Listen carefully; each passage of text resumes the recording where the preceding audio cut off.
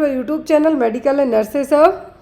आज की क्लास हमारे नर्सिंग के सभी सब्जेक्ट्स को लेकर, जिनका भी चाहे सीएचओ का पेपर हो, एनएचएम का पेपर हो या जीएमसीएच का पेपर रहने वाला है या रेलवे का पेपर हो। तो अपकमिंग टाइम में महाराष्ट्र वालों के हैं जो फॉर्म फिलअप हो गए हैं, यूपी वालों के लिए भी नोटिफिकेशन बहुत जल्दी आने वाला है। तो जो भी लोग यहाँ पे नए जुड़े हुए हैं, मैं उनको बता दूं कि आपकी जो भी मेडिकल नर्सेज आपकी बुक्स हैं या पीडीएफ हैं, वो भी बहुत बम्पर डिस्काउंट पर चल रही हैं। आप लोग उनको डायरेक्ट भी बुक्स को ऑर्डर कर सकते हैं, फ्लिपकार्ट से भी कर सकते हैं। तो यहाँ पर आज की क्लास का जो हमारा पहला क्वेश्चन है, फर्स्ट क्वेश्चन है, वो आपको ये है यहाँ पर। और जो भी लोग बुक्स या पीडीएफ लेना चाहते हैं, डायरेक्ट मेरे ऑफिशियल व्हाट्सएप नंबर के थ्रू ही मुझे कांटेक्ट कर सकते हैं। मेरा सिंगल ओनली वन ही नंबर है और कोई नंबर मैं यूज़ नहीं करती हूँ, जो आपको डिस्क्रिप्शन बॉक्स में मिल जाएगा। तो यहाँ पर है, in an adult the skeletal comprises around. तो एक स्केलेटल में है जो हमारे शरीर का स्केलेटल है, जो कितने परसेंट हिस्सा बनाता है? 60 to 70% of total body weight, 40 to 50% of total body weight, 30 to 40% of total body weight, या फिर 10 से 20% पूरे टोटल बॉडी वेट के। लेट्स से यहाँ पर हमारे शरीर में आपने पढ़ा, हमारे शरीर का सबसे ज़्यादा हिस्सा तो किससे बनता है? वाटर से। किससे बनता है? पानी से। लेकिन यहाँ पर स्केलेटल की बात की जा रही है, हमारी बोन्स के रिगार्डिंग बात की जा रही है। तो यहाँ पर कितने परसेंट बनेगा? तो यदि जब बोन्स की बात की जा रही है तो ये बनेगा 10 से 20% टोटल बॉडी वेट के। कितना होगा? 10 से 20% टोटल बॉडी वेट के। यदि हम बात करते हैं इसके मसल्स की, यदि यहाँ पे तो स्केलेटल की बात की, मतलब बोन्स की बात की गई। यदि मसल्स के बारे में कहा जाए तो 40 to 50% तक। कितना? 40 से 50%। ये वाला है जो एक इसके लिए है, मसल्स के लिए, ठीक है, 40 से 50%। 60 से 70% कहें तो वाटर, ये पानी के लिए, ठीक है, क्लियर है। अब जो आपका बचता है, क्या है? आपका बचता है 10 से 20% है जो हमारे शरीर का हिस्सा है, जो कौन बनाता है? तो वो बनाएंगी हड्डियाँ, स्केलेटन। तो यहाँ पे चीज़ आपको हमेशा याद रखनी है। नेक्स्ट क्वेश्चन है, the urinary bladder is situated in which of the following abdominal quadrants.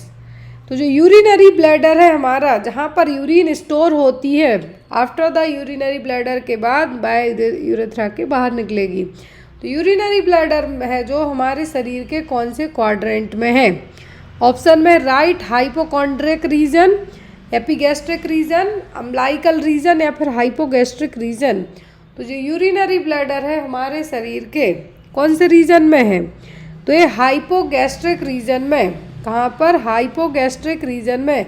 Right और लेफ्ट दोनों साइड तो क्या है? एक साइड किडनी, एक side kidney, right left side. जो ब्लैडर है बायोयूरेटर के सेंटर पार्ट में आ जाएगा। अब ये ब्लैडर होता है कहाँ पर?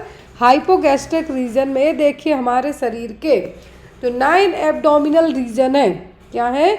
9 एब्डोमिनल रीजन है। यहाँ पे मैं इस इमेज को थोड़ा है जो छोटा करके दिखाने की आपको फुल कोशिश करती हूँ, लेट्स से। तो यहाँ पे देखिए हमारे शरीर के टोटल जो 9 एब्डोमिनल रीजन्स हैं, जो यहाँ पर हैं क्या? राइट हाइपोकॉन्ड्रियक रीजन और left hypochondriac region, epigastric region, umbilical region, hypogastric pubic region. फिर right inguinal, left lumbar region, right lumbar region. अब जो ब्लैडर पड़ेगा वो राइट लोअर क्वाड्रेंट और लेफ्ट लोअर क्वाड्रेंट के सेंटर में आएगा। कहाँ पे आएगा? सेंट्रल में रहेगा। तो यहाँ पर ये क्या कहलाएगा हमारा? ये कहलाएगा हाइपोगैस्ट्रिक रीजन। क्या है? हाइपोगैस्ट्रिक रीजन और प्यूबिक रीजन। याद रखिए, हाइपोगैस्ट्रिक रीजन और प्यूबिक रीजन दोनों सेम ही नाम है। तो यहाँ पर lower middle of the abdominal वाला पार्ट है, जो कि सेंटर में है, सबसे नीचे की तरफ प्यूबिक कैविटी के यहाँ पर। तो यहाँ पे आपको ये याद रखना है। तो हमारा जो यूरिनरी ब्लैडर है वो कहाँ पर है? हाइपोगैस्ट्रिक रीजन में। फिर है, cluster of nerve cell bodies located in the peripheral nervous system are called. तो जो नर्व सेल बॉडीज हैं, क्या है? Cluster of nerve cell bodies located in the peripheral nervous system, that is called. तो ये क्या है? न्यूक्लियाई है, गैंग्लियन है, नर्व ट्रैक्स है, या फिर नर्व है। क्या कहलाएंगे? बहुत सारे नर्व सेल बॉडीज़ का जो क्लस्टर है वो क्या कहलाएगा? वो कहलाता है गैंग्लियन। क्या कहलाएगा? Ganglion. Next one, blood without blood cells is called. तो यदि ब्लड है जो बिना सेल्स के होगा तो क्या कहलाएगा? आरबीसी नहीं है, डब्ल्यूबीसी नहीं होंगी तो क्या कहलाएगा ये? सीरम, प्लाज्मा, प्लाज्मा प्रोटीन या फिर कोआगुलेशन फैक्टर्स। क्या होगा? यदि हमारे शरीर में जो खून बह रहा है, रक्त बह रहा है, वो बिना सेल्स के हो जाए तो ये कहलाता है प्लाज्मा। क्या कहलाएगा? प्लाज्मा। नेक्स्ट वन इज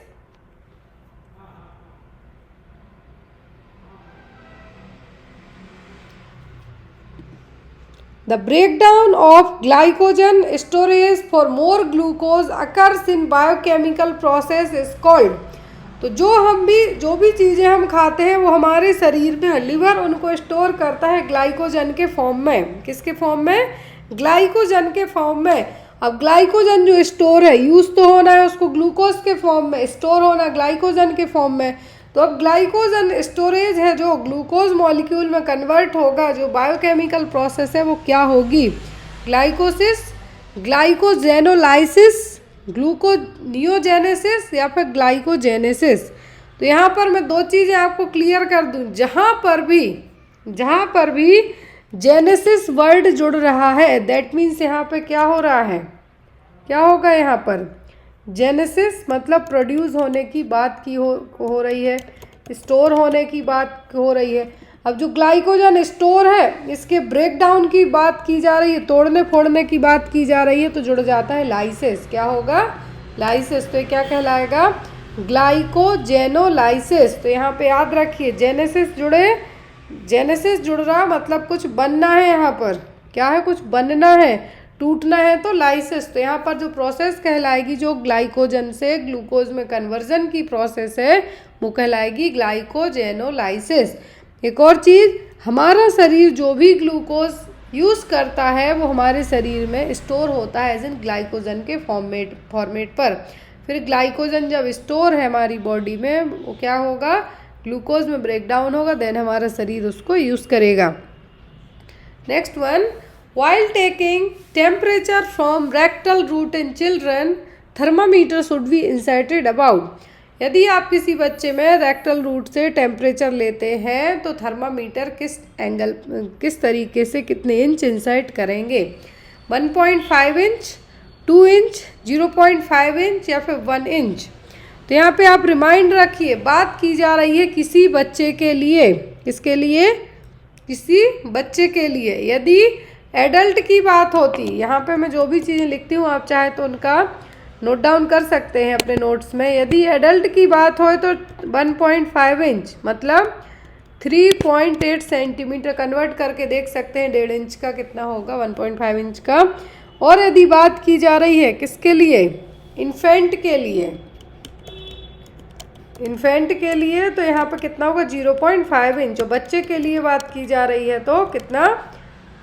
1 इंची मतलब ओनली 1 इंच। यहाँ पे आपके क्वेश्चन में चिल्ड्रन की बात की जा रही है। अब यदि बच्चा, याद रखें, यदि किसमें आपको है जो बायोरेक्टल रूट से टेम्परेचर चेक नहीं करना है और एक एक्यूरेसी आती है कंपेयर टू एक्सिलरी के, मतलब अंडर द आर्म्स, ओरल और रेक्टल के, तो सबसे एक्यूरेट टेम्परेचर निकल के आएगा रेक्टल एरिया का, क्योंकि यहाँ पर ब्लड फ्लो सबसे ज़्यादा होगा कंपेयर टू एक्सिलरी के, ओरल के। तो यहाँ पर जो थर्मामीटर से आप जब रीडिंग लेते हैं रेक्टल थर्मामीटर से, तो यहाँ पर आपको यदि बच्चा है तो 1 इंच है ओनली थर्मामीटर इंसर्ट करना है, इससे ज़्यादा नहीं। क्लियर? यदि बच्चा यहाँ पर, सॉरी यहाँ पे चिल्ड्रंस के लिए है, इन्फेंट का हाफ है जो मैंने पहले से ही लिखा है। चिल्ड्रंस के लिए कितना होगा? चिल्ड्रंस के लिए होगा यहाँ पर 1 इंच, इन्फेंट है तो 0.5। अब इन्फेंट की एज कितनी होती है? Below 1 year. Clear? Next is waste water which does not contain human excreta is called.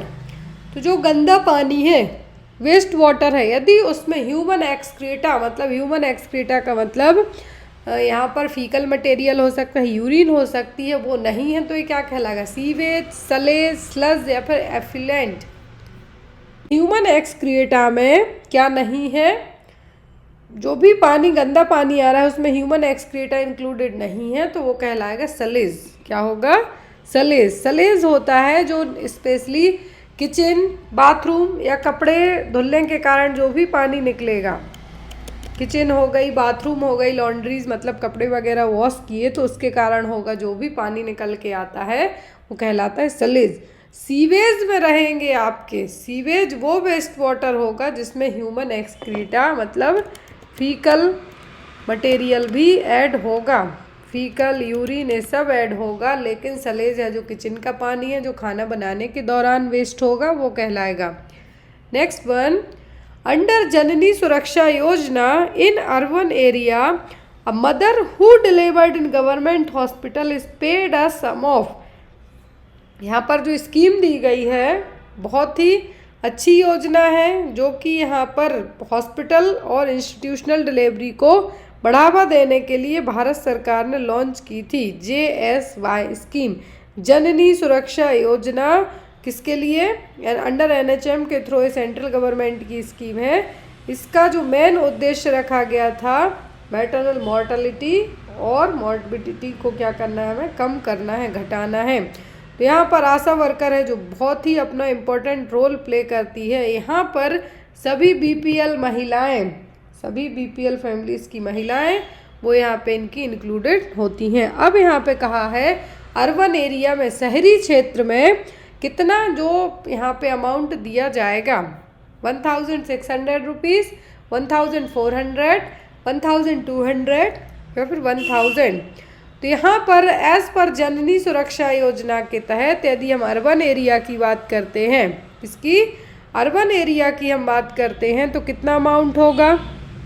Institutional delivery में डिलीवरी करवाने पर, तो यदि इंस्टीट्यूशनल डिलीवरी में, इंस्टीट्यूशन मतलब सरकारी अस्पताल में डिलीवरी करवाई जाती है तो एज पर दैट स्कीम के, देखिए यहाँ पर अर्बन एरिया है तो माँ को कितना दिया जाएगा? 1000 रुपये। आशा का पैकेज 200 रुपये रहेगा। और यदि ग्रामीण क्षेत्र है तो माँ को दिया जाएंगे 1400 रुपये और आशा वर्कर को दिए जाएंगे 600 रुपये। यदि लो परफॉर्मिंग स्टेट है मतलब गरीबी टाइप के स्टेट हैं, यदि हाई परफॉर्मिंग स्टेट है तो ये पैकेज भी घटा दिया जाता है। तो यहाँ पर आपको ऐसा कुछ नहीं दिया गया है किस तरीके के स्टेट हैं, लो परफॉर्मिंग है कि हाई परफॉर्मिंग है। तो यहाँ पर एज पर जननी सुरक्षा योजना के तहत यदि माँ अर्बन एरिया से बिलोंग करती है तो यहाँ पर जो पैकेज होगा माँ को कितना दिया जाएगा? 1000 रुपये। देखिए यहाँ पर माँ को दिए जाएंगे 1000 रुपये और आशा वर्कर को 200 रुपये, टोटल होगा 1200। लेकिन यहाँ पे क्या है? अ mother who delivered in government hospital, तो कितना पैकेज यहाँ पे टोटल ऐड हो जाएगा आपका? तो टोटल यदि आपको पूछें तो 1200, 1000 माँ के, 200 आशा वर्कर के, लेकिन यहाँ पे ओनली मदर के लिए कहा है तो कितना होगा? 1000। 1400 यहाँ पर जो अमाउंट दिया गया है रूरल एरिया का है, मतलब गांव के इलाके का है और लो परफॉर्मिंग स्टेट है। यदि हाई परफॉर्मिंग स्टेट है तो 1400 के 700 हो जाएंगे आपके, 1000 भी आपके घट के कितने हो जाएंगे? 600 हो जाएंगे। National strategic plan for TB elimination 2017 to 2025 is, तो यहाँ पर भारत सरकार ने TB को एलिमिनेट करने के लिए, ट्यूबरक्लोसिस को एलिमिनेट करने के लिए 2017 से 2025 के बीच में टारगेट प्लान किया था। वो किस तरीके से था? यहाँ पर है prevent, build, detect, treat, build, detect, treat, prevent, treat, prevent, build, detect या फिर डिटेक्ट, ट्रीट, प्रिवेंट, विल्ड। ये क्वेश्चन कई बार एग्जाम में आ भी चुका है, स्पेशली CHO एग्जाम में आता ही आता है। तो ट्यूबरक्लोसिस को एलिमिनेट करने के लिए भारत सरकार ने जो एक 4 स्ट्रेटेजिक पिलर है, जो यहाँ पर इंडिया की जो नेशनल स्ट्रेटेजिक प्लान था TB को एलिमिनेट करने का, यहाँ पर इसका जो शॉर्ट नेम क्या था? DTPA। क्या है? DTPA। मतलब पहले आपको क्या करना है? डिटेक्ट करना है, क्लियर, फिर ट्रीट करना है, फिर प्रिवेंट करना है और फिर बिल्डअप करना है। डिटेक्ट करना है, फिर ट्रीट करना है, फिर प्रिवेंट करना है, फिर बिल्ड करना है। कि क्या था जो प्लान, उस प्लान का नाम था DTPA। DTPA, detect, treat, prevent and build up. ये यहाँ पे प्लान था गवर्नमेंट का ट्यूबरक्लोसिस को एलिमिनेट करने के लिए, जो कि यहाँ पे 4 पिलर था। तो यहाँ पर आपका आंसर क्या होगा, डिटेक्ट। तो यहाँ पर यदि आपको DTPB आपको याद रखना है ओनली, और ज़्यादा कुछ नहीं। नेक्स्ट वन इज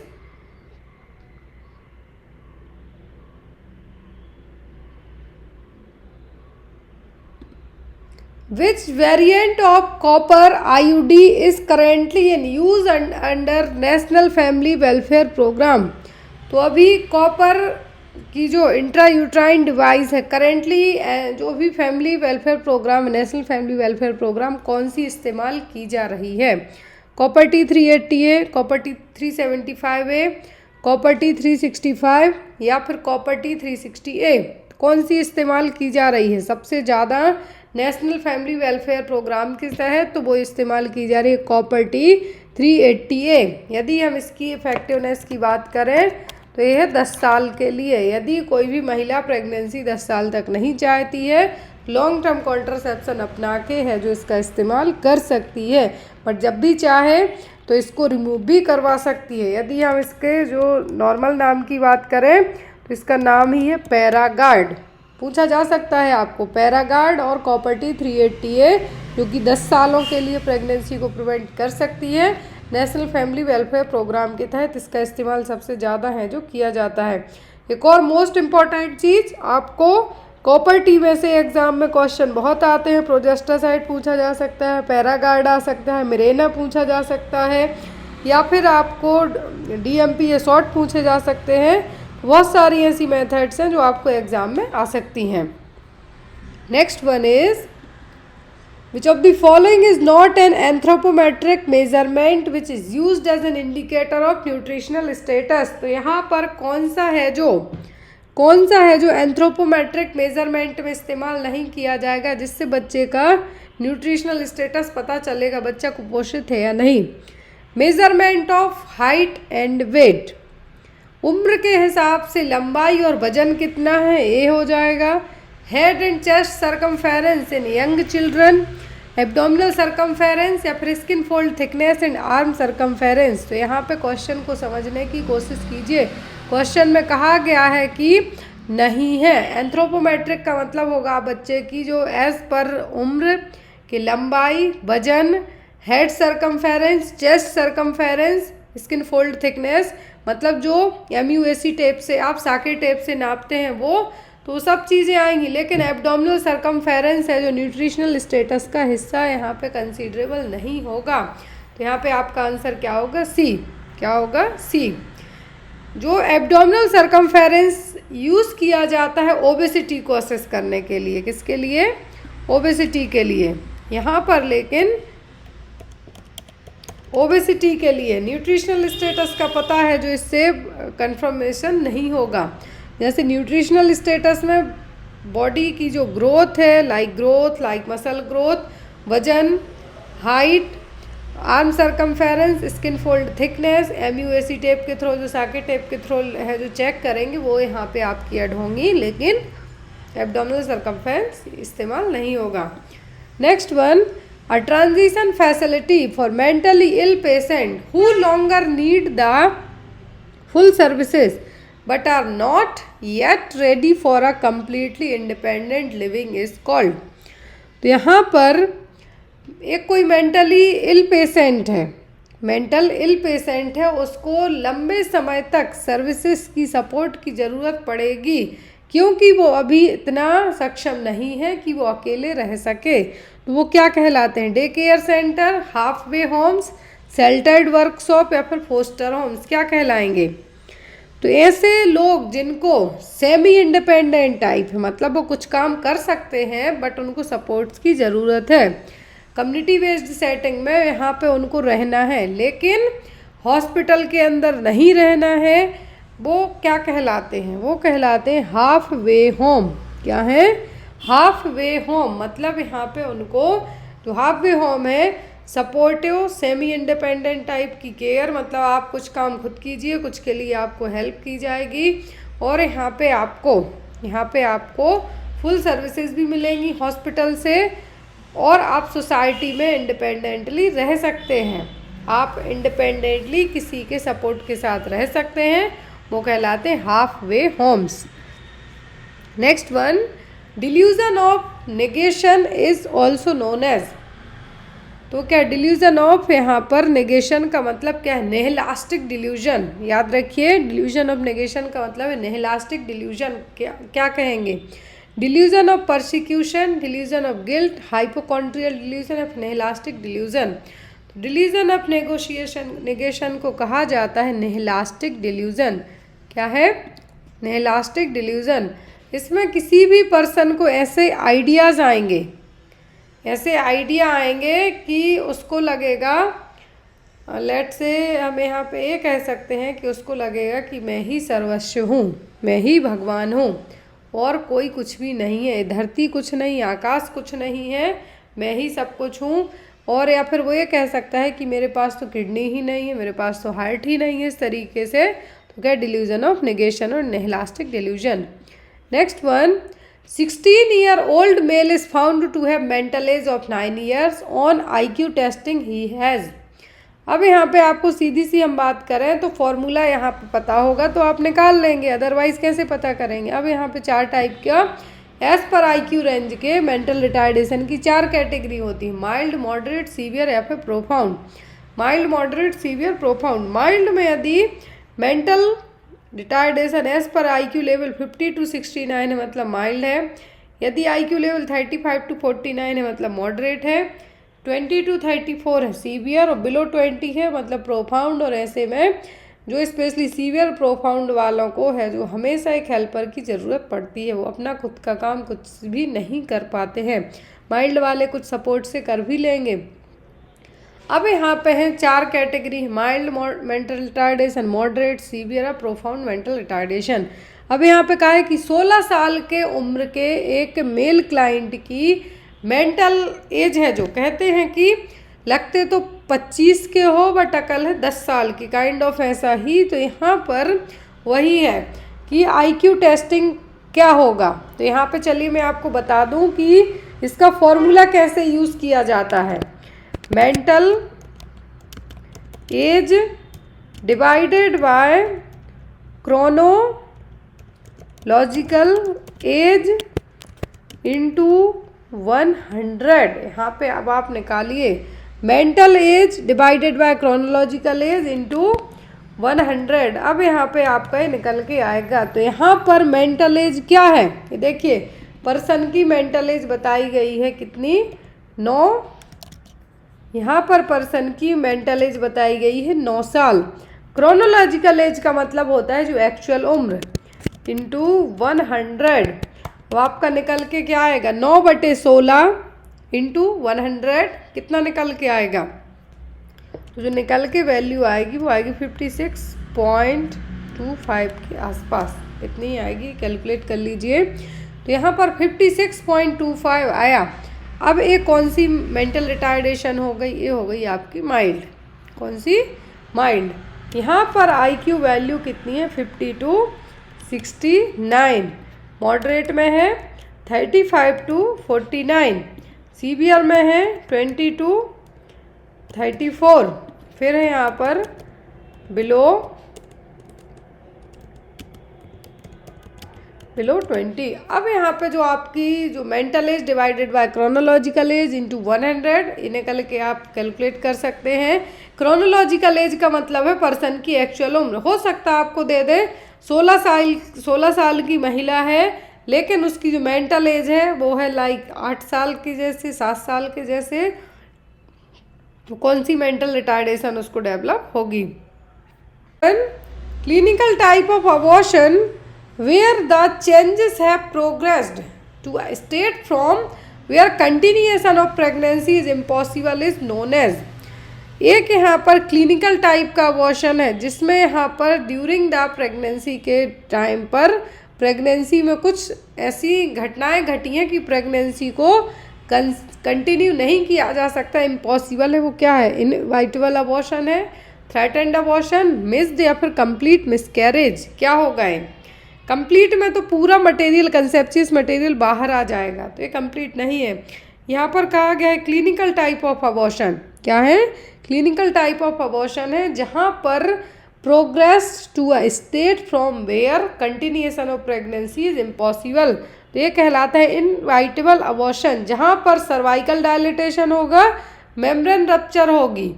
लेकिन यहाँ पे क्योंकि क्लिनिकल टाइप, क्लिनिकल सेटिंग्स की बात की गई है, मतलब सर्विक्स डायलेट हो रही है, ऑटोमेटिकली सर्विक्स डायलेट हो रही है, जो प्रीमेच्योर रप्चर ऑफ मेम्ब्रेन जिसको आप कहते हैं, प्रोम कहेंगे, वो भी देखने को मिल रहा है। यदि सर्विक्स डायलेट हो रही, मेम्ब्रेन रप्चर हो रही है, तो फीटस के लाइव रहने के चांसेस कम रहेंगे, तो यहाँ पर प्रेगनेंसी को कंटिन्यू नहीं किया जा सकता है। तो क्या है? Inevitable abortion.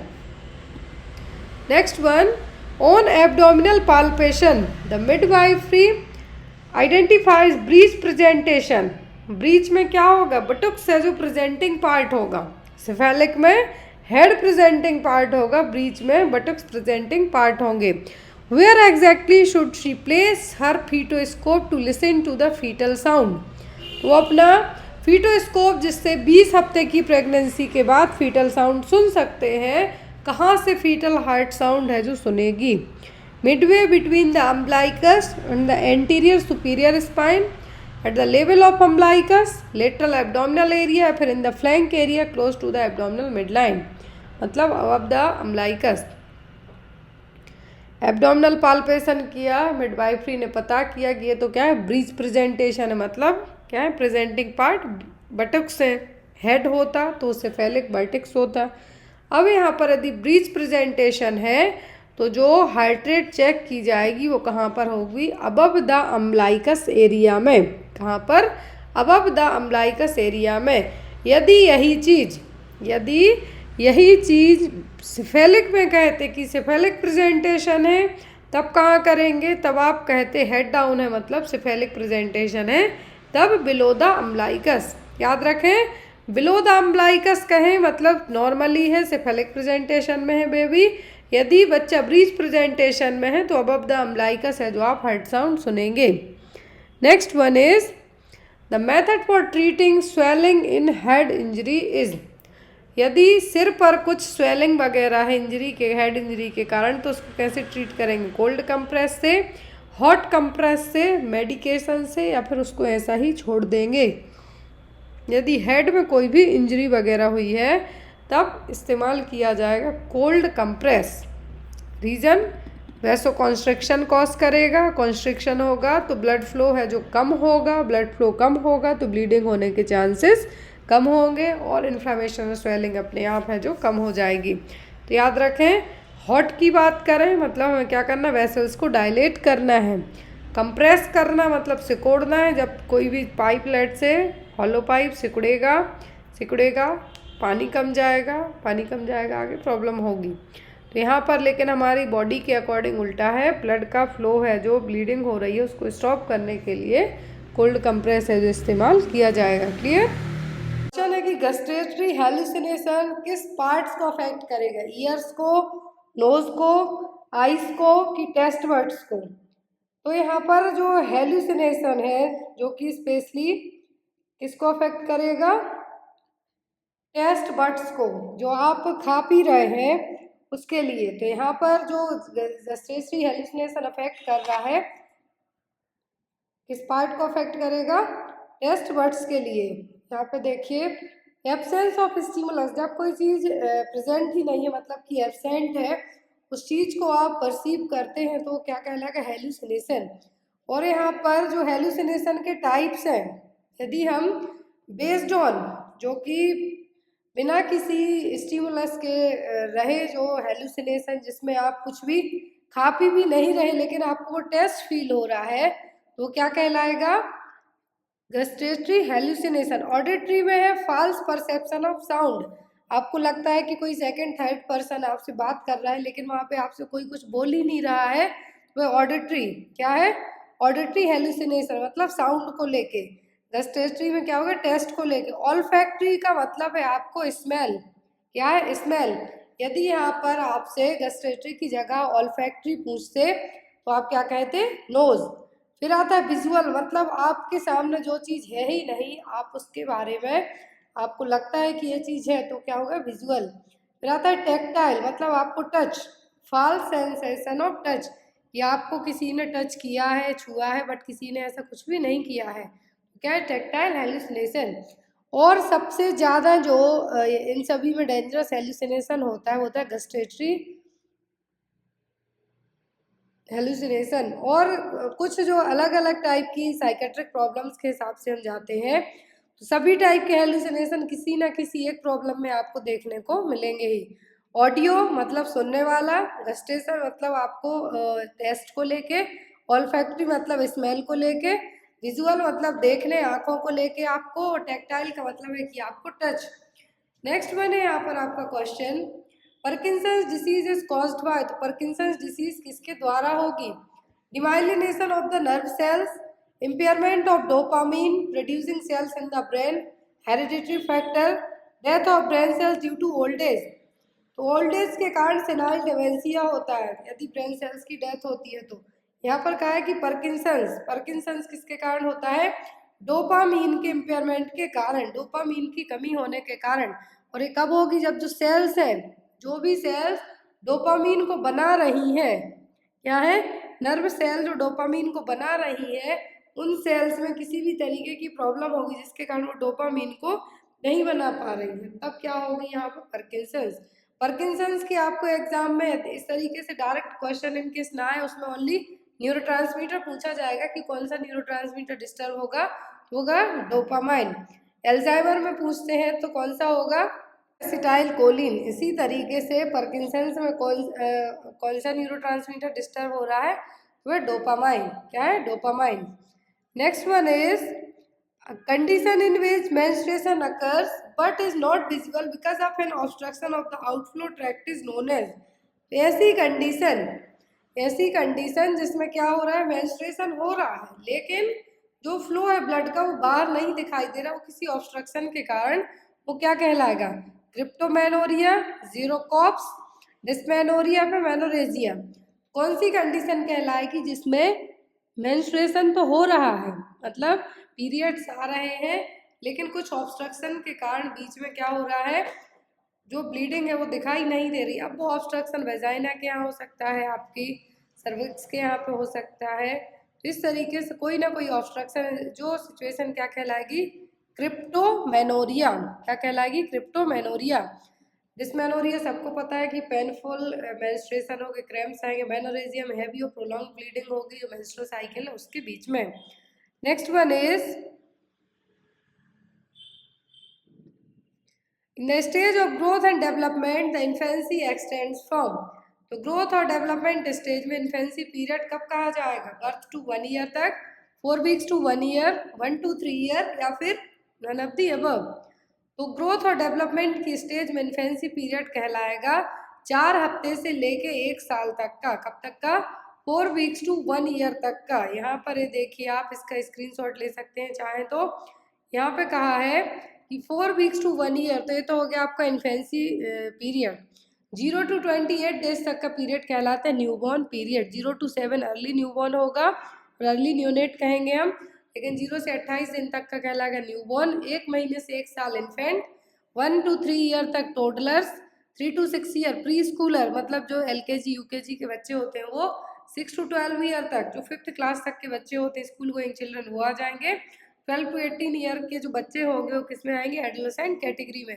But based on WHO की डेफिनेशन के एडोलेसेंट एज ग्रुप कंसीडर किया जाता है 10 से 19 साल तक का, क्लियर है, 10 to 19 ईयर्स तक का।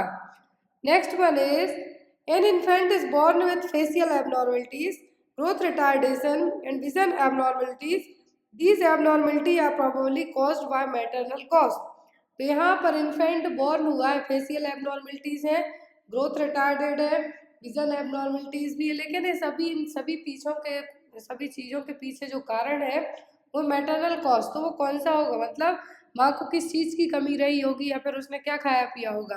फॉलिक एसिड की कमी रही होगी, विटामिन ए की रही होगी, विटामिन B6 की, या फिर अल्कोहल कंजप्शन की। फॉलिक एसिड की कमी से तो न्यूरल ट्यूब डिफेक्ट डेवलप होगा बेबी को। विटामिन ए, विटामिन B6 या फिर अल्कोहल कंजप्शन। तो यहाँ पर जो चीज़ें बताई जा रही हैं कि फेशियल एबनॉर्मलिटीज है, फ्लैट फेस है, विजन इम्पेयरमेंट है, सब कुछ हो रहा है कि माँ ने प्रेगनेंसी के टाइम पर भर भर के शराब पी है। क्या है? भर भर के अल्कोहल पिया है, मतलब कि शराब पी है, दारू पी है, जिसके कारण बेबी की बैंड बज गई। तो यहाँ पर जो चीज़ें हैं फीटल अल्कोहल सिंड्रोम में कहलाएंगी। फीटल अल्कोहल सिंड्रोम एक ऐसी कंडीशन है जिसमें जब प्रेगनेंसी में माँ ने क्या किया हो, अच्छी खासी शराब पी हो, तो उस कारण से बच्चे का दिमाग जो ब्रेन है वो डैमेज होगा, ग्रोथ प्रॉब्लम्स रहेंगी। इसके कारण बच्चे का जो लो नेजल ब्रिज फ्लैट रहेगा, माइनर ईयर एबनॉर्मलिटीज होगी, सुनने में प्रॉब्लम होगी, माइक्रोजेंथिया होगा, बच्चे को जो चिन है बहुत ही छोटी होगी, थिन अपर लिप होंगे, यहाँ पर flat middle and short nose होंगे, शॉर्ट पाल्पेब्रल फिश होगा, मतलब यहाँ पर सीधा सीधा हम कहें फेशियल एबनॉर्मलिटीज ही यहाँ पे देखने को मिलेंगी। Next one is the which vaccine stored at the freezer compartment of refrigerator. तो रेफ्रिजरेटर के फ्रीजर कंपार्टमेंट में कौन सी वैक्सीन स्टोर करके रखी जाएगी? OPV, BCG, MMR या फिर मीजल्स। तो जो वैक्सीन स्टोर करके फ्रीजर कंपार्टमेंट में रखी जाएगी रेफ्रिजरेटर में वो होगी ओरल पोलियो वैक्सीन और मीजल्स। मीजल्स और OPV हीट सेंसिटिव वैक्सीन है, इसीलिए इनको क्या किया जाएगा, यहाँ पर जो रेफ्रिजरेटर का फ्रीजिंग कंपार्टमेंट है वहाँ पर रखी जाएंगी। मोस्ट हीट सेंसिटिव वैक्सीन पूछे तो आपको कहना है OPV। OPV ऑप्शन में ना हो तो measles. Next one is the what is the normal range of pulse rate of a child 1 to 2 year. यदि बच्चे की उम्र 1 से 2 साल है तो यहाँ पर पल्स रेट कितनी होगी? 60 to 100 पर मिनट, 76 to 120 पर मिनट, 120 to 160 पर मिनट, 80 to 130 पर मिनट। यहाँ पर जो पल्स रेट की बात हो रही है तो बच्चे की पल्स रेट 1 से 2 साल के बच्चे की होगी कितनी? 80 से 130, 80 to 130 based on age group. यहाँ पर देखिए, यहाँ पर एज ग्रुप के अकॉर्डिंग पल्स रेट बताया हुआ है। एक जो शॉर्ट्स चैनल है वहाँ पर रिसेंट में ब्लड प्रेशर पढ़ाया गया है, आप जाके वहाँ पे जरूर चेक करना। जो बर्थ से लेके एडल्टहुड और जेरियाट्रिक पर्सन में कितना BP होगा, क्या चीज़ें इफेक्ट करेंगी, कैसे BP आपका बढ़ेगा घटेगा, वो सब चीज़ें वहाँ पे आपको एक 15 मिनट की क्लास में बताया गया, तो प्लीज़ जाके एक बार ज़रूर देखना। पल्स रेट होगा एज ग्रुप के अकॉर्डिंग। न्यूबॉर्न बेबी में जब बच्चा 0 से 3 महीने का होगा तो 100 से 150 beat per minute at the time of birth normal consider की जाती है, जब 140 से 160 हो। क्लियर? इन्फेंसी में क्या होगा? 90 से 120, फिर 6 to 12 मंथ के पीरियड में 100 से 160 होगा। चिल्ड्रन है तो 1 से 10 साल के हैं तो 60 से 130 तक जाएगा। तो जिन बच्चों की उम्र 10 साल या फिर एडल्ट है तो नॉर्मली जितना एडल्ट का होता है उतना जाएगा, बिलो 60 जाएगा तो ब्रेडिकार्डिया कहेंगे हम, और ओवर 100 जाएगा तो टैकीकार्डिया। क्लियर है? नेक्स्ट है यहाँ पर Indian mental health act has been passed in the year. तो इंडियन मेंटल हेल्थ एक्ट है जो कब पास हुआ था? एक क्वेश्चन भी एग्जाम में आता है। तो इंडियन मेंटल हेल्थ एक्ट पास हुआ था 1987 में। कब? 1987 में, 1987 में। नेक्स्ट है यहाँ पर what is the normal position of uterus. तो यूट्रस की नॉर्मल पोजीशन क्या है? एंटीबाइटेड, एंटीफ्लेक्स्ड, बोथ एंटीबाइटेड, एंटीफ्लेक्स्ड। तो यहाँ पर जो आपके लिए क्वेश्चन लाए गए हैं आपके नॉर्सेट के अलावा जो लोग CHO का एग्ज़ाम भी दे रहे हैं उनके लिए भी हेल्पफुल रहने वाले हैं। तो यहाँ पर जो नॉर्मल पोजीशन होती है यूट्रस की वो होती है एंटीबाइटेड, एंटीफ्लेक्स्ड। कैसी होगी? एंटीबाइटेड, एंटीफ्लेक्स्ड। नेक्स्ट है यहाँ पर क्वेश्चन आपका most important question, which of the following haemoglobin value denotes anaemia in a pregnant women. तो कौन सी वैल्यू रिप्रेजेंट करेगी कि प्रेगनेंसी में जो लेडी है, प्रेग्नेंट वुमेन है, उसको क्या हो गया? एनीमिया हो गया। एनीमिया का मतलब यहाँ पर हिंदी में कहें तो खून की कमी हो गई है उसके लिए। तो कौन सा टर्म है जो यहाँ कितनी वैल्यू है ये चीज़ रिप्रेजेंट करेगी? हीमोग्लोबिन 11%, HB 12%, HB 9% या फिर HB 13%। तो प्रेगनेंसी में हीमोग्लोबिन का जो लेवल है जब 9% से भी कम हो जाए तब लेडी किस में कंसीडर की जाएगी, एनीमिया में। इसमें एनीमिया में नॉर्मल वैल्यू होती है 12 ग्राम पर DL, लेकिन अकॉर्डिंग टू WHO के नॉर्मली आप यदि बात करते हैं तो यदि बिलो 11 जा रहे हैं तब आपको क्या कहा जाएगा, एनीमिया। लेकिन प्रेगनेंसी में जब यही हीमोग्लोबिन लेवल 9 to 10.9 ग्राम पर DL चला जाता है, मीन्स बिलो 9 जाता है, तो ये क्या है आपका, ये हो जाएगा एनीमिया। फिर माइल्ड मॉडरेट सीवियर कैटेगरी आती है। एग्जाम में क्वेश्चन बहुत बार आता है, यदि माइल्ड एनीमिया है तो बिलो 9 रहेगा, मॉडरेट है तो 7 to 9 तक रहेगी रेंज, सीवियर है तो 4 to 7 तक ये रेंज रहेगी। नेक्स्ट वन है यहाँ पर what is the duration of pregnancy in human being. तो ह्यूमन बीइंग में प्रेगनेंसी कितने टाइम तक के लिए रहेगी, 10 लूनार मंथ तक और 10 lunar month, 9 calendar month plus 7 days, 40 weeks या फिर ऑल ऑफ दी अबव। तो जब हम LMP कैलकुलेट करते हैं तो कैसे करते हैं, जिसमें 9 जो first day of last menstrual period हम यूज़ करेंगे, 9 मंथ प्लस 7 डेज ऐड करते हैं, 10 लूनार मंथ ऐड हो जाते हैं। यदि हम 28 दिन का मंथ काउंट करेंगे तो वो यहाँ पे 10 लूनार मंथ हो जाएंगे, और वीक्स में करें तो 40 वीक्स, तो ये क्या हो जाएगा, ऑल ऑफ दी अबव। का आंसर होगा D, all of the above. Next one है यहाँ पर vitamin A supplementation is given to children from the age of 1 to 6 year for every. तो जिन बच्चों की एज 1 साल से 6 साल तक हो जाती है तो उनको विटामिन ए सप्लीमेंट दिया जाता है। तो कब दिया जाता है, एवरी 3 मंथ में, एवरी 6 मंथ में, ईयरली या फिर एवरी 8 मंथ में। तो जिन बच्चों की एज 1 से 6 साल तक हो जाती है तो उनको विटामिन ए सप्लीमेंट दिया जाता है एवरी 6 मंथ में। कब, एवरी 6 मंथ में विटामिन ए का डोज है जो दिया जाता है।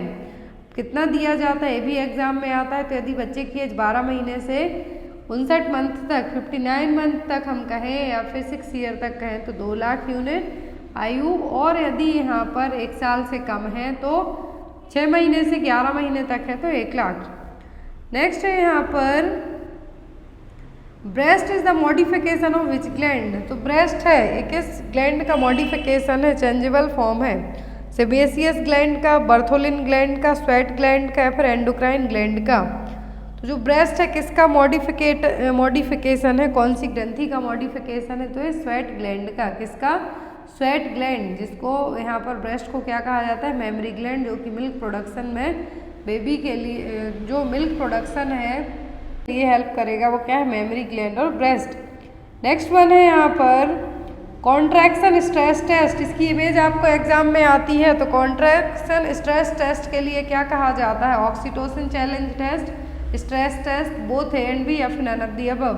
तो हमने नॉन स्ट्रेस टेस्ट पढ़ा है, स्ट्रेस टेस्ट पढ़ा है। तो यहाँ पर कॉन्ट्रैक्शन स्ट्रेस टेस्ट जो NST एग्जाम में आपको आता है, इमेज दी हुई रहती है, एक जो प्रेग्नेंट लेडी होती है पेट में एक बेल्ट बांधे रहेगी, तो वो क्या है, वो है यहाँ पर कॉन्ट्रैक्शन स्ट्रेस टेस्ट। इसको हम क्या कहते हैं, ऑक्सीटोसिन चैलेंज टेस्ट, जो प्रेगनेंसी में फीटस किस तरीके से आपके जो कॉन्ट्रैक्शन आ रहे हैं, यूट्राइन कॉन्ट्रैक्शन आ रहा है, उसमें किस तरीके से वो कोप कर पा रहा है, वो चीज़ें यहाँ पे चेक की जाएंगी। नेक्स्ट है यहाँ पर the process of development of a matured ovum is called. तो मैच्योर ओवम, जो मैच्योर एग है, उसका पूरी प्रोसेस होना डेवलपमेंट की क्या कहलाएगा, ओव्यूलेशन, ऊफोरिया, ऊजेनेसिस या फिर ऊसाइड। तो क्या टर्म है जो यूज़ किया जाएगा, जो टर्म यूज होगा वो क्या कहलाएगा, ओव्यूलेशन। नेक्स्ट वन है यहाँ पर विच of the following stage of labour is called the observational stage. देखिए लेबर की 4 स्टेज होती है, first, second, third, fourth. First stage कहलाती है cervical dilatation stage, second stage कहलाती है बेबी की एक्सपल्सन स्टेज, थर्ड स्टेज होती है placental expulsion stage, third stage में प्लेसेंटा बाहर आएगा, फोर्थ स्टेज होती है ऑब्जर्वेशनरी स्टेज। तो यहाँ पर आपका जो क्वेश्चन है कि ऑब्जर्वेशनरी स्टेज कौन सी है, तो वो fourth stage of labour. Next है यहाँ पर परपीरियम स्टार्ट्स विथ। तो परपीरियम पीरियड कब स्टार्ट होता है, एक्सपल्सन ऑफ द फीटस से, एक्सपल्सन ऑफ द प्लेसेंटा से, इनिशिएशन ऑफ ब्रेस्ट फीडिंग से या फिर ऑनसेट ऑफ लेबर से। जो परपीरियम स्टार्ट होता है वो होता है जब प्लेसेंटा एग का एक्सपल्सन हो जाता है। और नॉर्मल परपीरियम पीरियड का जो ड्यूरेशन होता है वो होता है 6 वीक या फिर 42 डेज। कितना? 6 वीक या फिर 42 days. Next one is the hormone that is injected to pregnant women at the time of delivery. तो डिलीवरी के टाइम पर कौन सा हार्मोन इंजेक्ट किया जाता है? प्रोजेस्टेरोन, ऑक्सीटोसिन, प्रेडनिसोलोन या फिर नन ऑफ द अबव। तो जो हार्मोन इंजेक्ट किया जाता है eight the time of contraction, delivery के टाइम पर जो यूट्राइन कॉन्ट्रैक्शन आते हैं उनको और ज़्यादा इम्प्रूव करने के लिए जो हार्मोन हम देते हैं वो कौन सा होता है? Oxytocin hormone. Oxytocin hormone pregnancy के यूट्राइन कॉन्ट्रैक्शंस के अलावा जब जो ब्लीडिंग होती है, पीपीएच होता है, उसको कंट्रोल करने के लिए भी ये यूज़ किया जाता है। नेक्स्ट है यहाँ पर plotting of partograph should started. तो पार्टोग्राफ में एक ग्राफिकल रिप्रेजेंटेशन आता है। तो पार्टोग्राफ हमें कब स्टार्ट करना है? Active phase of first stage of labour, latent phase of first stage of labour, second stage of labour या फिर थर्ड स्टेज ऑफ लेबर में। तो पार्टोग्राफ हमें कब यूज़ करना है? तो पार्टोग्राफ स्टार्ट करना है हमें कब? Active phase of first stage of labour. जब सर्विक्स 4 सेंटीमीटर या फिर उससे ज़्यादा डायलेट हो जाए तब हमें क्या करना है? पार्टोग्राफ स्टार्ट करना है। पार्टोग्राफ के कंपोनेंट्स आते हैं तो वो cervical dilatation, descent of the fetal head, uterine contraction है जो इसमें यूज़ किया जाएगा। तो इसमें पार्टोग्राफ का आपको इमेज आ सकती है, एग्जाम में पूछा जा सकता है कि ये क्या है, क्या कंपोनेंट होते हैं। तो ये पार्टोग्राम जिसमें मदर की इन्फॉर्मेशन, नाम, एज लिखा जाता है, फीटल वेलबींग मतलब फीटल की हार्ट रेट क्या है, लिक्वर कितना है, लिक्वर का मतलब यहाँ पर एमनियोटिक फ्लूइड का कैरेक्टर क्या है, लेबर की प्रोग्रेस क्या है, कितने डायलिटेशन हो चुका है सर्विक्स का, किस तरीके के कॉन्ट्रैक्शन आ रहे हैं, कौन सी मेडिकेशन दी गई है, पेनरिलीफ दिया गया है, पैथिडिन दी गई है कि ऑक्सीटोसिन दिया गया है। तो ये सभी चीज़ें इसमें क्या की जाएंगी? ऐड की जाएंगी। ये रहा यहाँ पर जो पार्टोग्राफ का फॉर्मेट आपको एग्जाम में आ सकता है। तो यहाँ पर नेम होगा, ग्रेविडा कितनी बार प्रेग्नेंट है, कितनी प्रेगनेंसी हुई है, हॉस्पिटल का नंबर, आप कितने टाइम से एडमिट है, ये सभी चीज़ें यहाँ पर लिखी जाएंगी। नेक्स्ट है यहाँ पर which stage of puerperium period is called remote stage. तो परपीरियम तो हमने पढ़ लिया कि भैया 6 वीक का टाइम है, परपीरियम कहलाएगा। अब यहाँ पर रिमोट स्टेज कौन सी कहलाएगी? परपीरियम पीरियड है जो रिमोट स्टेज क्या है? Within 24 hour after the child birth, early up to 7 days, up to 6 week या फिर नन ऑफ द अबव। तो परपीरियम डिलीवरी होने के बाद जब प्लेसेंटा का एक्सपल्सन हो गया तो परपीरियम पीरियड स्टार्ट होता है, वही 42 डेज तक रहेगा या फिर 6 वीक तक रहेगा। तो यहाँ पर रिमोट स्टेज कौन सी कहलाएगी? अप टू 6 वीक तक की स्टेज क्या कहलाएगी? रिमोट स्टेज, जिसमें पूरा जो 6 वीक का पोस्टपार्टम पीरियड है, परपीरियम पीरियड है, इसमें जो नॉन प्रेग्नेंट स्टेज में आपके जेनाइटल ऑर्गन है, नॉन प्रेग्नेंट स्टेज में रिवर्ट होंगे। फर्स्ट होती है इमीडिएट परपीरियम जो कि फर्स्ट 24 आवर की होगी डिलीवरी होने के बाद। पार्चुरेशन का मतलब होता है चाइल्ड बर्थ। डिलीवरी होने के बाद से लेके जो फर्स्ट 24 आवर होंगे वो कहलाएगी इमीडिएट परपीरियम पीरियड। दूसरा होता है अर्ली परपीरियम जो कि फर्स्ट वीक पोस्टपार्टम का जो फर्स्ट वीक है उसमें आएगा। फिर आता है यहाँ पर रिमोट परपीरियम जिसमें कब का टाइम लिया जाएगा? अप टू 6 वीक तक। नेक्स्ट वन है यहाँ पर the failure of uterus to its normal sizes. तो यदि यूट्रस अपनी नॉर्मल साइज में वापस रिवर्ट नहीं हो पाई तो हम क्या कहेंगे? इन्वोल्यूजन, सब इन्वोल्यूजन, रिट्रैक्शन या फिर ऑल ऑफ दी अबव। तो कौन सा टर्म है जो यूज़ किया जाएगा? तो यदि यूट्रस अपनी नॉर्मल वापस साइज में नॉन प्रेग्नेंट स्टेज में रिवर्ट बैक नहीं हो पाई तो ये कहलाएगा सब इन्वोल्यूजन। क्या कहलाएगा? सब इन्वोल्यूजन। सब इन्वोल्यूजन का जो मेन कॉज होता है वो होता है यहाँ पर या तो प्लेसेंटा प्रीविया हो सकता है या फिर प्लेसेंटा प्रीविया नहीं, यहाँ पर जो फर्स्ट कॉमन कॉज होता है यूट्रस का जब वापस अपनी कंडीशन में बैक नहीं हो पाती है वो होगी मेनली पीपीएच के कारण हो सकता है या फिर यूट्राइन एटोनिसिटी के कारण हो सकता है। नेक्स्ट वन है यहाँ पर strongest stimulation for lactation is by. तो स्ट्रॉन्गेस्ट स्टिमुलेशन होगा लैक्टेशन का किसके थ्रू? मेट क्लोरप्रामाइड के थ्रू, सकलिंग के थ्रू, पीपीएच के थ्रू या फिर ब्रोमोक्रिप्टीन के थ्रू। तो ये मेडिकेशन इनके नाम एग्जाम में आते हैं, इनका लेना देना लैक्टेशन से ही है। तो यहाँ पर स्ट्रॉन्ग स्टिमुलेशन कब होगा लैक्टेशन का ब्रेस्ट फीडिंग के लिए, तो वो होगा जब बेबी सक करेगा। किस चीज़ पे डिपेंड करेगा, सक करने पर बेबी के। यहाँ पर फिजियोलॉजी आती है लैक्टेशन की, तो यहाँ पर लैक्टेशन का स्टिमुलेशन जो स्ट्रॉन्ग स्टिमुलेशन है वो क्या होगा, सक करना बेबी का, सकलिंग। अब यहाँ पर फिजियोलॉजी होती है लैक्टेशन की, तो इसमें 5 स्टेज होती है। लैक्टेशन का मतलब है मिल्क का बनना किस तरीके से बनेगा। फर्स्ट होती है mammogenesis. Mammogenesis that means development of breast to a functional state. तो ब्रेस्ट फंक्शनल स्टेट में आने की स्टेज क्या कहलाएगी, मेमोजेनेसिस। फिर आती है लैक्टोजेनेसिस। लैक्टोजेनेसिस में जो ब्रेस्ट एल्वियोलाई है वहाँ पर सिंथेसिस और सीक्रेशन होना मिल्क का, जो मिल्क बनना है, सिंथेसाइज होना, सीक्रेशन होना है, तो वो क्या कहलाएगा, लैक्टोजेनेसिस। गैलेक्टोकाइनेसिस, काइनेसिस जब वर्ड जुड़ता है दैट मीन्स कुछ काम होने वाला है, तो यहाँ पर मिल्क इजेक्ट होगा। जब बेबी सक करेगा तो मिल्क इजेक्ट होगा।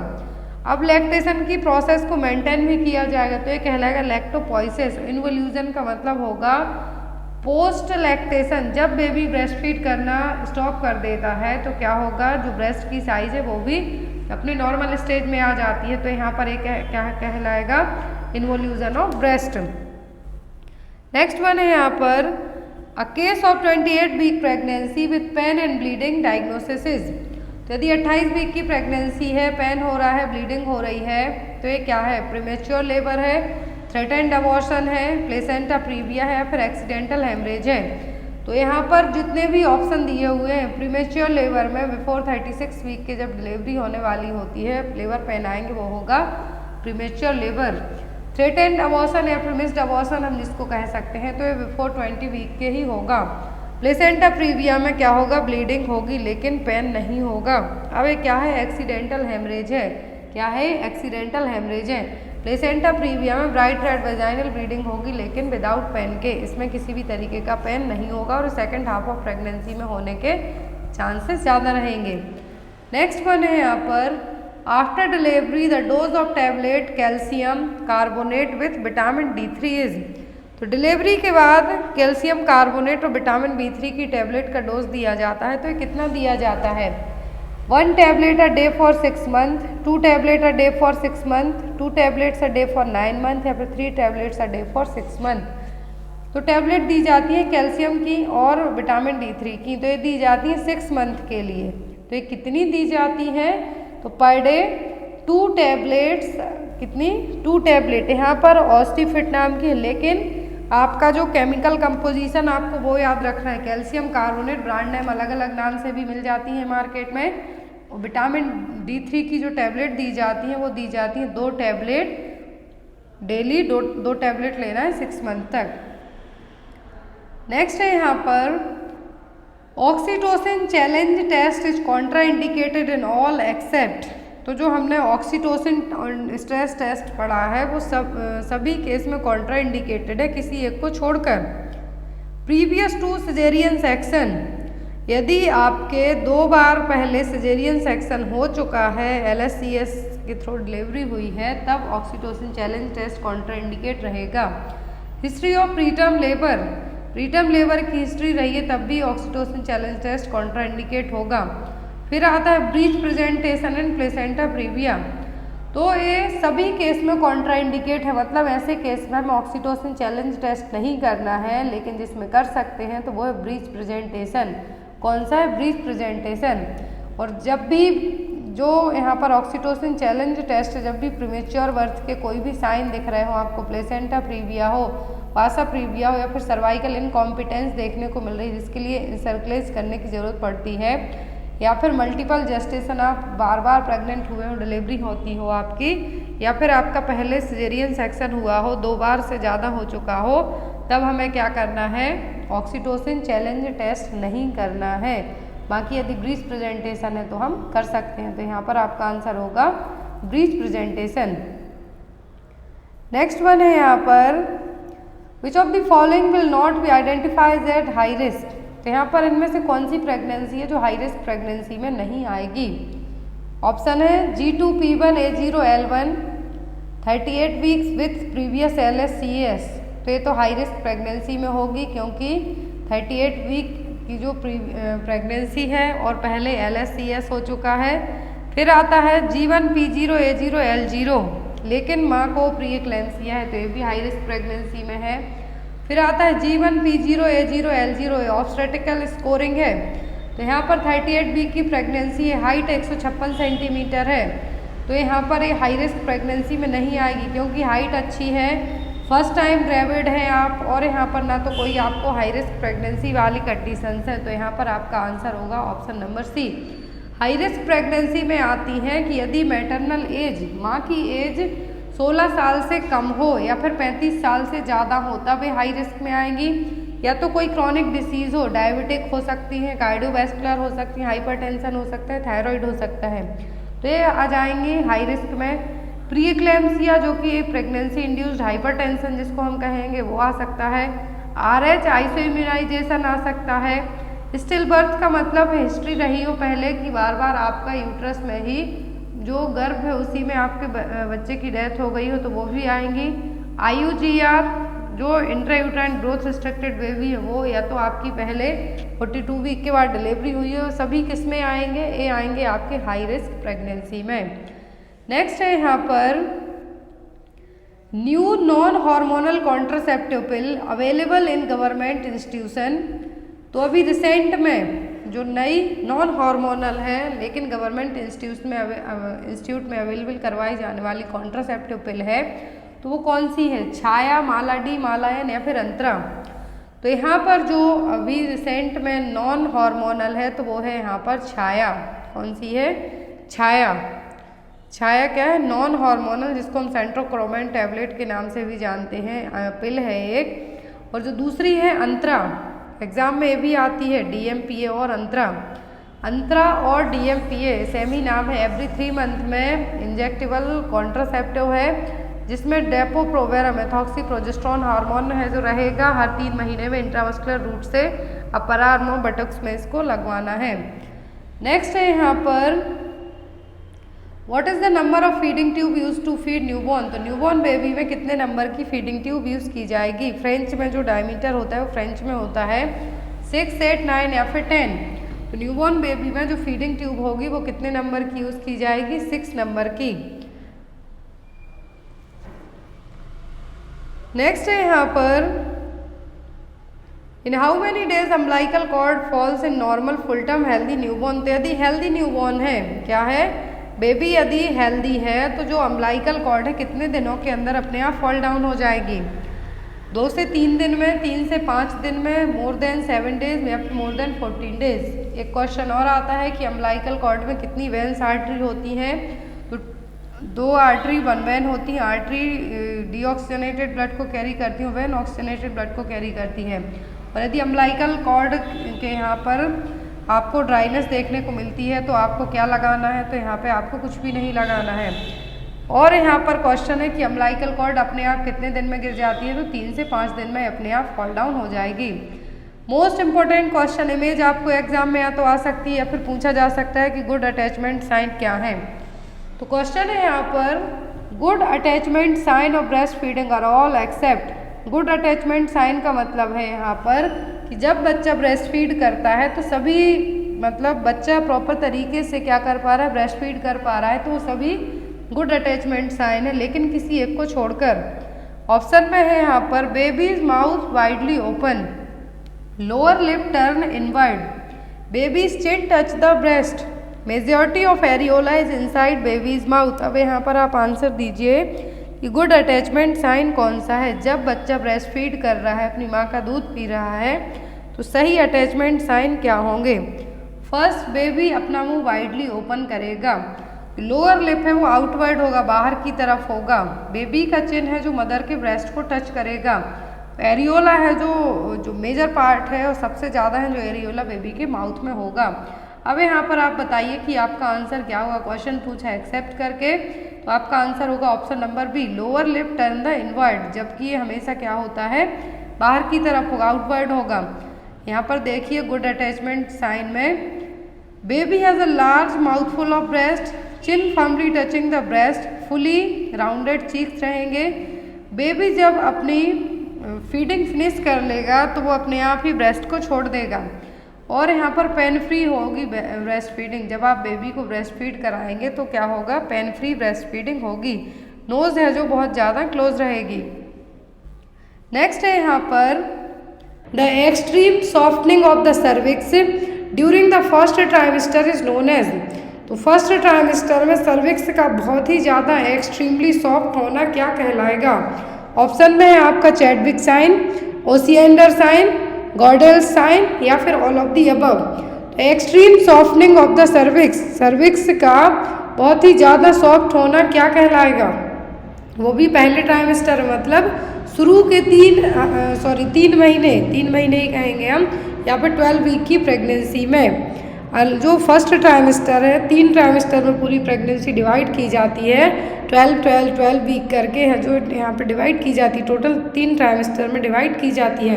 तो पहले ट्राइमेस्टर की यदि हम बात करें तो जो साइन देखने को मिलेगा extremely softening of the cervix, कौन सा होगा? वो होगा गॉर्डेल साइन। कौन सा साइन? वो होगा गॉर्डेल साइन। अब यहाँ पर जो चैडविक साइन है, यहाँ पर वेजाइना और सर्विक्स का कलर जो कैसा होगा, ब्लू और वायलेट होगा। किस लिए? इंक्रीज्ड वैस्कुलरिटी के कारण। तो इनकेस आपको एक्सट्रीमली सॉफ्टनिंग ऑफ सर्विक्स कहें इन द फर्स्ट ट्राइमेस्टर तो आपको कहना है गॉर्डेल साइन। यदि आपको कहें कि जो वेजाइना और सर्विक्स का कलर ब्लू है, पर्पल टाइप का हो रहा है, तो ये क्या कहलाएगा? कहलाएगा चैडविक साइन। ओसिएंडर साइन का मतलब है लेटरल फॉर्निक्स में 8 वीक ऑफ प्रेगनेंसी में पल्सेशन ज़्यादा फील होना, और ये भी होता है इंक्रीज्ड ब्लड फ्लो के कारण, ब्लड फ्लो की सप्लाई ज़्यादा होने के कारण। तो यहाँ पर 3 तरीके के साइन जनरली होते हैं, probable, presumptive and positive sign. तो प्रोबेबल, प्रिजम्पटिव जो पॉजिटिव साइन है, तो कंफर्मेटरी साइन किसको मानेंगे हम? जिसमें पॉजिटिव प्रेगनेंसी साइन होंगे, मतलब यूएसजी कंफर्म करेगी, अल्ट्रासोनोग्राफी से पता चलेगा जब फीटल हार्ट रेट आपको सुनाई देगी तब। तो वो कौन से कहलाएंगे? वो कहलाएंगे आपके positive sign of pregnancy. Next है यहाँ पर, और जो गॉर्डेल्स हो गए, चैडविक हो गया, ओसिएंडर हो गए, क्विकनिंग हो गया, ये सभी क्या है? प्रोबेबल साइन है। क्या है? प्रोबेबल साइन है। मतलब एग्जामिनर ने आपको बताया है, मतलब एग्जामिनर ने जब आपको चेक किया तो आपको पता चला कि प्रेग्नेंट है आप, तभी आपको ये साइन देखने हैं जो फील होंगे। एक साइन और एग्जाम में आता है, वो होता है क्विकनिंग। कौन सा? क्विकनिंग। मतलब माँ को जो अपने बच्चे के पहले फीटल मूवमेंट फील होते हैं वो। Next is which of the biomedical marker detected in a mother's blood in neural tube defect. तो न्यूरल ट्यूब डिफेक्ट में माँ के ब्लड में कौन से मार्कर देखने को मिलेंगे? बायोमेडिकल मार्कर देखने को मिलेंगे। जब आप सीरम ब्लड टेस्ट कराते हैं, कौन से बायोमेडिकल मार्कर है जो बढ़े हुए देखने को मिलेंगे? Alkaline phosphate, amino acid, ascorbic acid या फिर अल्फा फीटोप्रोटीन। तो होगा alpha fetoprotein. Neural tube defect, neural tube defect का मतलब है कि जो स्पाइनल कॉर्ड है ये क्या कब बनती है? बनती है इनिशियल टाइम प्रेगनेंसी में। तो इसको प्रिवेंट करने के लिए क्या दिया जाता है? Folic acid. जब माँ कंसीव करना चाहती है, कोई भी लेडी कंसीव करना चाहती है, तो उसको उसी टाइम से फॉलिक एसिड दिया जाना स्टार्ट कर दिया जाता है ताकि बच्चे को न्यूरल ट्यूब डिफेक्ट से प्रिवेंट किया जा सके। इन सम केसेस आपने फॉलिक एसिड भी दिया, लेकिन जब आपने सीरम ब्लड टेस्ट करवाया, कौन सा केमिकल मार्कर बढ़ा हुआ होगा कि कंफर्म होगा कि बच्चे को न्यूरल ट्यूब डिफेक्ट डेवलप हो रहा है? तो होगा अल्फा फीटोप्रोटीन। 2 केस होते हैं, एक अल्फा फीटोप्रोटीन रहता तो है जो नॉर्मल लेवल पे रहेगा, लेकिन जब यदि इसी का लेवल अल्फा फीटोप्रोटीन का लेवल बढ़ा हुआ मिलता है मदर के सीरम में ब्लड टेस्ट की रिपोर्ट्स में, तो बच्चे को न्यूरल ट्यूब डिफेक्ट डेवलप हो रहा है। और यदि इसी अल्फा फीटोप्रोटीन का लेवल कम होता है, मतलब बच्चे को डाउन सिंड्रोम ट्रायोसोमी 21 है जो डेवलप हो रही है। Next one is anterior fontanelle normally closes between the ages. तो एंटीरियर फॉन्टेनल कब क्लोज होंगे? 2 and 3 मंथ में, 12 and 18 मंथ में, 3 and 6 मंथ में, 1 and 9 मंथ में। 2 तरीके के फॉन्टेनल होते हैं, एक होता है पोस्टीरियर, दूसरा होता है एंटीरियर। सबसे पहले बंद होते हैं पोस्टीरियर फॉन्टेनल। कौन से? पोस्टीरियर फॉन्टेनल, जो कि 6 to 8 वीक की एज में ही बच्चे के बंद हो जाते हैं, आफ्टर बर्थ के 6 से 8 वीक की एज में बंद हो जाते हैं। लेकिन दूसरे होते हैं एंटीरियर फॉन्टेनल, जो कि 12 से 18 महीने की एज में बंद होते हैं। एंटीरियर मतलब जो सामने जो बच्चे का आप जिसको तालू कहेंगे फोरहेड के ऊपर जब आप हाथ रहेंगे, स्पेशली बच्चे की उम्र जब 1 साल से भी कम हो तो आपको ऐसे लपटप करके यहाँ पे फील होगा। हाथ रख के चेक कर सकते हैं आप, जिसके यहाँ भी बच्चे हों तो वो क्या होगा, एंटीरियर फॉन्टेन। और ये जनरली कब क्लोज हो जाते हैं, होते हैं 12 से 18 महीने की एज में। Next is the disease characterised by proteinuria, hypoproteinaemia, diffusive oedema, high serum cholesterol and hyperlipidaemia.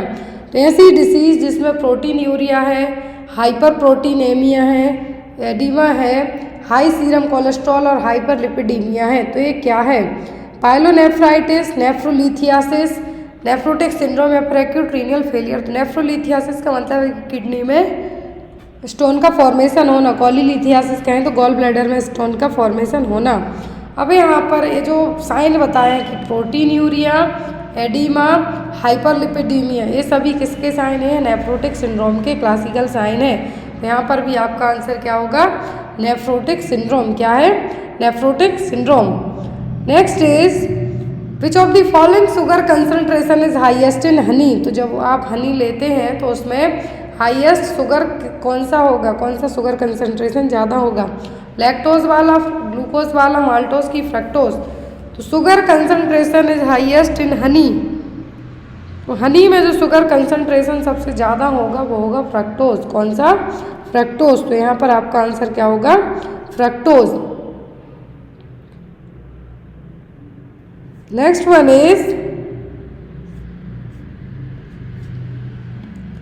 Most serious complication of fracture. तो फ्रैक्चर में मोस्ट सीवियर सीरियस कॉम्प्लिकेशन क्या होगा, सेप्टिसीमिया, ब्लीडिंग, फैट एम्बोलिज्म या फिर dehydration. तो यदि किसी को हड्डी टूटी है, फ्रैक्चर हुआ है, तो सबसे ज़्यादा सीरियस कॉम्प्लिकेशन होगा फैट एम्बोलिज्म। क्या है, फैट एम्बोलिज्म। और ये किस तरीके से होगा, fat embolism is a piece of intravascular fat that load within a blood vessel cause a blockage of blood flow. तो अब यदि यही ब्लड फ्लो, यदि किसी को क्या है, फैट एम्बोलिज्म, फ्रैक्चर हुआ है, फैट एम्बोलिज्म होता है। फैट एम्बोलिज्म का मतलब है कि फैट के कोई भी पार्ट जो आपके ब्लड वेसल्स में फ्लो होते हैं वो जाके एक जगह कहीं फंस जाए, ज़्यादा फैट का यदि डिपोजिशन होता है, और वो फैट एम्बोलिज्म है जो एम्बोलाई क्या है, थक्का टाइप से या फिर हम क्लॉट टाइप से कुछ कह सकते हैं, ब्लॉकेज करेगा। तो ये जनरली फ्रैक्चर में इसलिए होगा कि आप ना तो ज़्यादा हाथ पैर चला पाएंगे, और तब होता है जनरली जो लॉन्ग बोन होती हैं, लोअर बॉडी पार्ट्स की जो लॉन्ग बोन्स होंगी उनमें फ्रैक्चर होने के कारण तब फैट एम्बोलिज्म हो सकता है।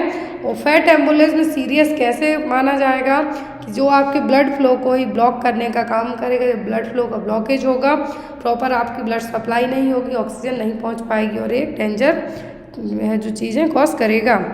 Next one is most important question exam में आता है, recyclable plastic waste that means IV tubes और catheters should be segregated in which colour of plastic bag. तो रिसाइक्लेबल प्लास्टिक वेस्ट है जिसमें आईवी ट्यूब्स हो गई, कैथेटर्स हो गए, तो इनको आप किसी अलग बैग में सेग्रीगेट करेंगे। तो ये किस कलर के बैग में करेंगे, ब्लैक में, ब्लू में, रेड में कि येलो में। तो ये किस कलर के बैग में आप सेग्रीगेट करेंगे, तो ये चीज़ें आपकी सेग्रीगेट की जाएंगी रेड कलर के बैग में। किसमें, रेड कलर के बैग में। तो यहाँ पर आपका आंसर क्या होगा, रेड।